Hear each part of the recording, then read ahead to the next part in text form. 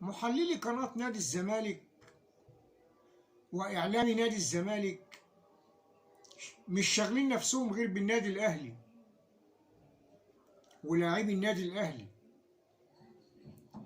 بيراميدز يستحق الكاس، حسين الشحات طلع الكرة من الجون، سايبين النادي بتاعهم وبيتكلموا عن النادي الأهلي.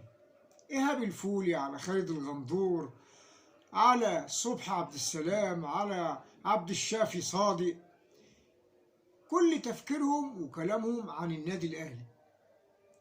واحنا بنقول لهم ما تشوفوا خيبة ناديكم، ما تشوفوا الغرقة اللي صابت ناديكم، ما تشوفوا الكوارث اللي صابت ناديكم والهزايم اللي عمالة ترف على ناديكم في افريقيا وفي الدوري وفي الكاس وفي كاس الرابطة.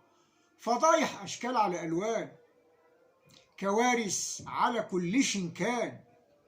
شاغلين نفسكم بعمكم وسيدكم ليه؟ النادي الاهلي طايح في الجميع.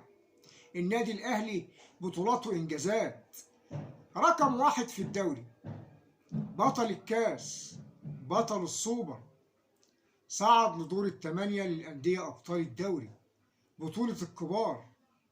وانتوا يا عيني ملطشر اللي رايح واللي جاي، ملطشر اللي جاي واللي رايح.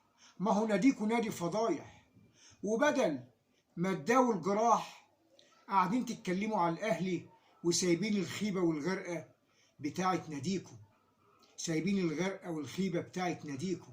مالكم ومال النادي الأهلي؟ ده النادي الأهلي في رمضان قاعد يتسلى على الفرق بتاعتكم سلة وطايرة ويد على جميع الألوان، واخدكم تسلية، واخدكم تسلية. النادي الأهلي عمكم مهما كان، وانتم مش فالحين غير في الهلفطة والكلام. النادي الأهلي موريكم الذل أشكال على ألوان، حتى بيتسلى على الفرق بتاعكم في رمضان. يا جمهور الأهلي في كل مكان، تعظيم سلام.